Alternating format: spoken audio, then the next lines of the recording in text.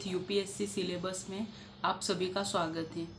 आज के इस सेशन में हम 14 सितंबर के इम्पोर्टेंट करंट इवेंट्स को देखेंगे और देखेंगे कि वो हमारे सिलेबस यूपीएससी मेंस ने जो प्रिस्क्राइब किया है उसके साथ कैसे लिंक होता है। सबसे पहले कि तो ये एक चीज़ इम्पोर्टेंट है यूपीएससी मेंस के लिए, वो ये है कि आपको यूपीएससी मेंस का जो सिलेबस है वो आपको क्लियरली पता होना चाहिए और उसमें सिर्फ लिखा हुआ पार्ट पता नहीं होना चाहिए। उसमें बिटवीन द लाइन जो कॉन्सेप्ट छुपे हुए हैं या टॉपिक छुपे हुए हैं वो भी आपको पहचानना आना चाहिए।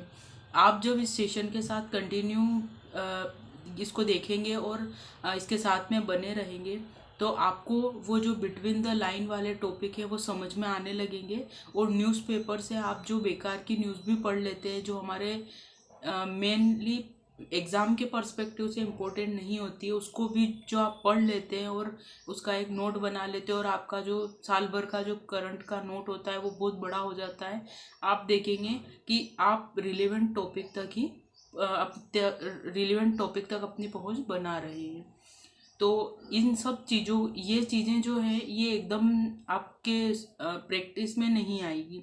आपको धीरे धीरे इन वीडियोस को देखना है और समझना है कि किस टॉपिक के साथ क्या लिंक होता है, कैसे पूछा जाता है, तब आपको ये चीज़ें पकड़ में आने लगेगी। तो इसलिए इस वीडियो को या इस सेशन को कंटिन्यू करना है। आपने सब्सक्राइब नहीं किया है तो सब्सक्राइब कर लो ताकि आपको जैसे ही वीडियो अपलोड हो और आपको नोटिफिकेशन मिल जाए और आपकी करंट इवेंट भी कंप्लीट हो जाए और साथ ही साथ आप मेंस को भी अच्छे से समझने लगे। अब बिना टाइम वेस्ट किए हम करंट इवेंट्स पे आते हैं। सबसे पहला जो करंट इवेंट है वो है कश्मीर में आतंकवादी हमला। अब जो आतंकवाद टॉपिक है ये एक बहुत इम्पोर्टेंट टॉपिक है और हम ये देखते हैं कि जितने भी वैश्विक संस्थान होते हैं उनकी मीटिंग्स होती हैं या जितने भी हमारे प्रधानमंत्री जहाँ जहाँ भी जाते हैं वैश्विक स्तर पे कंट्रीज़ के साथ में या कंट्रीज़ का दौरा करते हैं या हमारे जो विदेश मंत्री वो जाते हैं तो वहाँ पे आतंकवाद का मुद्दा हमेशा उठता है। अभी G20 में भी उठा था। अभी हमने देखा कि जो पूर्वी एशिया होता है चाहे पश्चिम एशिया का सम्मेलन हो वहाँ पे भी आतंकवाद से रिलेटेड बात जरूर होती है।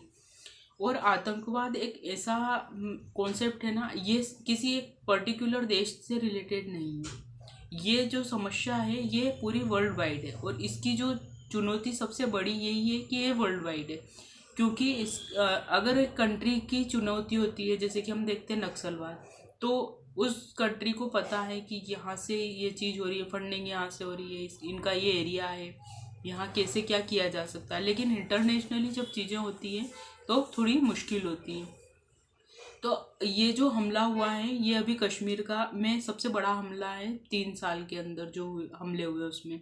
तो अब ये टॉपिक बहुत हाईलाइटेड टॉपिक हो जाता है। आपको आतंकवाद के बेसिक से शुरू करना है कि आतंकवाद क्या है।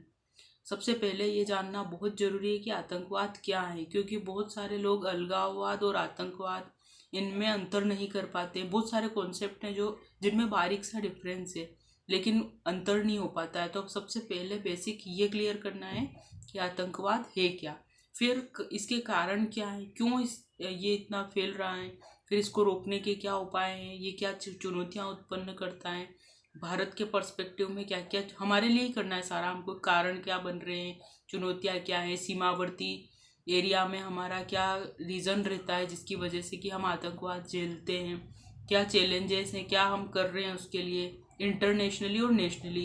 इस कॉन्सेप्ट को, प्रयास वाले कॉन्सेप्ट को दोनों आयामों से देखना है कि क्या प्रयास हम कर रहे हैं, फिर और क्या किया जाना चाहिए। इन सब एंगल पे आपको इसको टॉपिक को कवर करना है। और आतंकवाद का जो टॉपिक है वो आपके पेपर 3 में सीमावर्ती क्षेत्रों में सुरक्षा चुनौतियां एवं उनका प्रबंधन, संगठित अपराध व आतंकवाद के बीच संबंध के साथ में लिंक होता है और साथ ही साथ आंतरिक सुरक्षा के साथ भी लिंक होता है। क्योंकि जब हम देखते हैं कि जो वेपन्स वगैरह की जो सप्लाई होती है और जो मनी लॉन्ड्रिंग वगैरह सब इससे जुड़ जाते हैं तो ये हमारी आंतरिक सुरक्षा को भी चुनौती उत्पन्न करते हैं। ये एक इम्पोर्टेंट टॉपिक है, आपको ऐसे के लिए और दूसरे अदर क्वेश्चंस के लिए भी तैयार करना है। नेक्स्ट जो न्यूज़ है वो है VCIMS पोर्टल। ये जो है वो भ्रष्टाचार की शिकायतों को रोकने के लिए शुरू किया गया है। ये उपराज्यपाल जो है उन्होंने अभी सतर्कता शिकायत सूचना प्रबंधन प्रणाली पोर्टल लॉन्च अभी अब होगा ये। तो इसमें क्या क्या है, तो ये पोर्टल जो है भ्रष्टाचार की जो शिकायतें उससे निपटने और उनकी निगरानी में पारदर्शिता लाएगा। साथ ही इसमें जो कंप्लेन करेंगे उनको कि उनके बारे में इंफॉर्मेशन को गोपनीय रखा जाएगा। इससे होगा ये कि अगर गोपनीयता रहती है तो शिकायत करने वाला डरता नहीं है कि उसका फेस रिवील हो जाएगा या उसको कोई थ्रेड आ सकता है, उस पर अटैक हो सकता है। इस तरीके से वो टेंशन फ्री होके और शिकायत कर सकता है। इसके लॉन्च होने से भ्रष्टाचार के खिलाफ शिकायतों को भौतिक रूप में स्वीकार नहीं किया जाएगा। मतलब अभी जो पेपर पे लिख के या मैन्युअली जो शिकायतें दर्ज की जाती है वो हट जाएगी और पूरा इससे ही शिकायतें ली जाएगी। इसके साथ ही ये फेसलेस प्लेटफॉर्म होगा और इसकी शुरुआत से किसी भी स्तर पर किसी भी अधिकारी के साथ शिकायतकर्ता की भौतिक पहचान की कोई आवश्यकता नहीं होगी और उसकी पहचान हमने देखा कि गुप्त रखी जाएगी। तो ये जो टॉपिक है भ्रष्टाचार, ये भी एक इम्पोर्टेंट टॉपिक है। इससे भी रिलेटेड हर साल एक क्वेश्चन जनरेट होता है और ये जो टॉपिक है भ्रष्टाचार वाला, ये आपके पेपर 4 में तो स्पष्ट तौर से लिंक होता है और साथ ही साथ में ये जो पेपर आपका 2 है वहाँ पे भी लिंक होगा, जहाँ पे कि हम गवर्नेंस की बात करते हैं और वहाँ जो चुनौतियाँ आती है वहाँ पे उस पेपर के साथ भी ये लिंक होता है। तो अब आगे जब भी क्वेश्चन जनरेट होता है और अगर आप इसका मेंशन करते हैं तो आपके आंसर राइटिंग आपको जो मार्क्स मिलेंगे उसका वेटेज बहुत बढ़ जाएगा और आपका जो आंसर है वो क्वालिटी वाला होगा। इस पोर्टल के लाभ क्या होंगे, तो भ्रष्टाचार के विरुद्ध शिकायत पर शीघ्र कार्रवाई हो सकेगी क्योंकि ऑनलाइन प्रोसेस है तो सारी कुछ चीज़ें ऑनलाइन होगी, तो उससे इसमें फ़ायदा मिलेगा और त्वरित प्रतिक्रिया होगी और त्वरित निपटान होगा। और ऐसा सब कुछ ऑनलाइन होने से पारदर्शिता बढ़ेगी। तो शासन व्यवस्था में जो पारदर्शिता और जवाबदेही टॉपिक है पेपर 2 में, उसके साथ में ये लिंक होगा। अब जहाँ पे भी भ्रष्टाचार पारदर्शिता के लिए हम क्या कर रहे हैं वहाँ पे आपको इसको मेंशन करना है। नेक्स्ट एक ऐसे ही टॉपिक है, सुप्रीम कोर्ट ने अभी मुकदमों की ऑनलाइन जानकारी देने के लिए की घोषणा की है कि अब हम अपने भी जो सूचनाएं हैं या मुकदमे का क्या कंडीशन है, वो कहाँ किस स्टेज पे है, उसके बारे में अब आपको ऑनलाइन जानकारी दी जाएगी। ये जो टॉपिक है ये पारदर्शिता और जवाबदेही से रिलेटेड है। तो ये जो टॉपिक है वो आपके पेपर 2 एक तो शक्ति पृथक्करण के साथ लिंक होगा, उसके बाद में पेपर 2 के शासन व्यवस्था पारदर्शिता व जवाबदेही और संस्थागत तथा अन्य उपाय के साथ भी लिंक होगा। और एक और इसमें एक इम्पोर्टेंट है ई गवर्नेंस के अनुप्रयोग, वहाँ पे भी ये टॉपिक लिंक होगा। साथ ही ये पेपर 4 के साथ भी लिंक होगा, जब वहाँ पे पारदर्शिता की बात, यही सेम टॉपिक पारदर्शिता पेपर 4 में भी है एथिक्स वाले में, तो वहाँ पे भी आपको कहीं पे एग्जाम्पल के तौर पे आता है कि पारदर्शिता के लिए हम क्या कर रहे हैं, तो वहाँ पे आपको ये मेंशन करना ही है। इससे ऐसे एग्जाम्पल देने से ही आपके जो आंसर हैं वो उनमें क्वालिटी आती है और आपको जो मार्क्स हैं वो मिलते हैं। इसलिए आपको अभी से ही आंसर राइटिंग में आप जब भी आंसर राइटिंग करते हैं तो ऐसे एग्जाम्पल्स को अपने आंसर में लिखना है।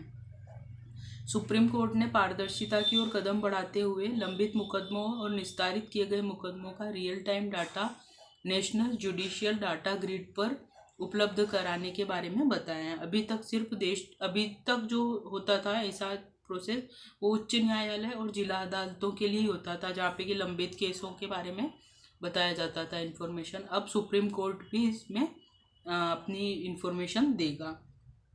सुप्रीम कोर्ट में कितने मुकदमे लंबित हैं और कितनों का निपटारा हुआ है, इसकी जानकारी एनुअल वाइज दी जाएगी, मतलब कि वार्षिक आधार पर डाटा उपलब्ध होगा।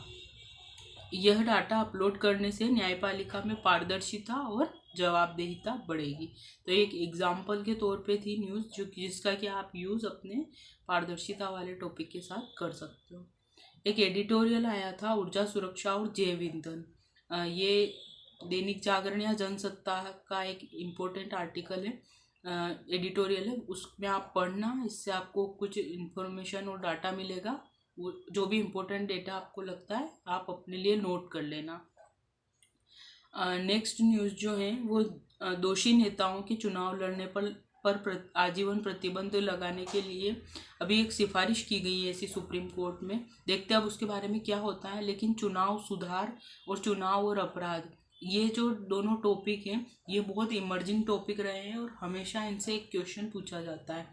तो ये जो टॉपिक है ये हमारे पेपर 2 के साथ में जो जनप्रतिनिधित्व अधिनियम है और जो शासन व्यवस्था है, मतलब कार्यपालिका वाला जो पोर्शन है वहाँ, अब देखो पूरे पेपर 2 में जब आप जाएंगे और उसका सिलेबस देखेंगे, कहीं पे भी चुनाव की प्रक्रिया इससे रिलेटेड कुछ भी चीज़ आपको नहीं मिलेगी।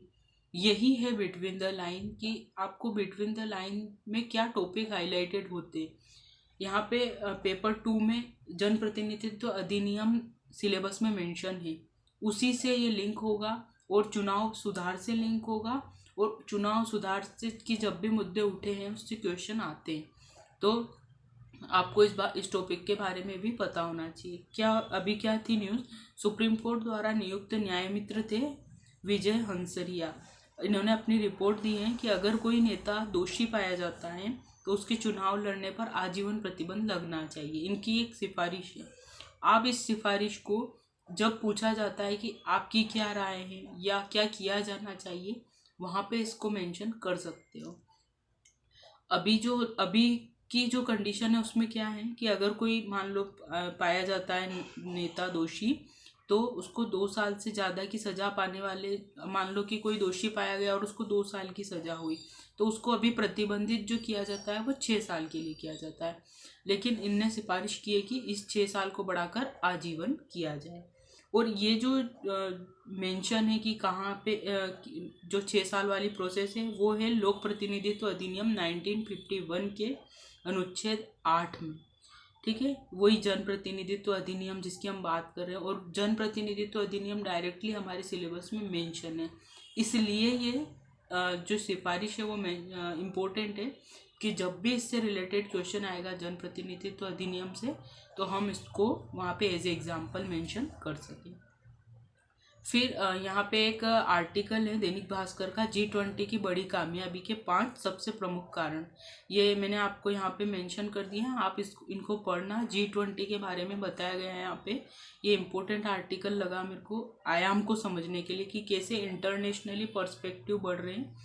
आप इसको पढ़ेंगे तो आपके कॉन्सेप्ट की क्लियरिटी बढ़ेगी। तो ये आज के कुछ इम्पोर्टेंट करंट इवेंट्स थे जिनके बारे में हमने डिस्कस किया। आई होप आपके लिए यूज़फुल रहेंगे और आपकी जो मेंस की जो प्रिपरेशन है उसको नया आयाम देंगे। एक इम्पोर्टेंट इन्फॉर्मेशन ये कि जो UPSC 2024 दे रहे हैं स्टूडेंट्स, वो अगर ये सोचते हैं कि अभी से मेरे को मेंस के बारे में पढ़ के क्या करना है या अभी तो बहुत टाइम पड़ा है, तो आपको अभी से प्रिपेयर होना पड़ेगा। आपको अभी से सिलेबस को समझना पड़ेगा, तब जाके कहीं आप जब प्री क्लियर कर लेंगे और मेंस के लिए जो लिमिटेड टाइम बचेगा उसमें अच्छे से परफॉर्म कर पाएंगे, वरना आपका वो अटेम्प्ट वेस्ट हो जाएगा। इसलिए आप ये नहीं सोचे कि अभी तो प्री होगा फिर मेंस की कर लेंगे तैयारी या अभी बहुत टाइम है, तो इसको अपने माइंड से निकाल देना। अच्छे से अभी से मेंस की प्रिपरेशन को कंटिन्यू करो और अपने आंसर राइटिंग प्रैक्टिस को कंटिन्यू करो। कल नेक्स्ट वीडियो के साथ में मिलेंगे, तब तक के लिए थैंक यू सो मच।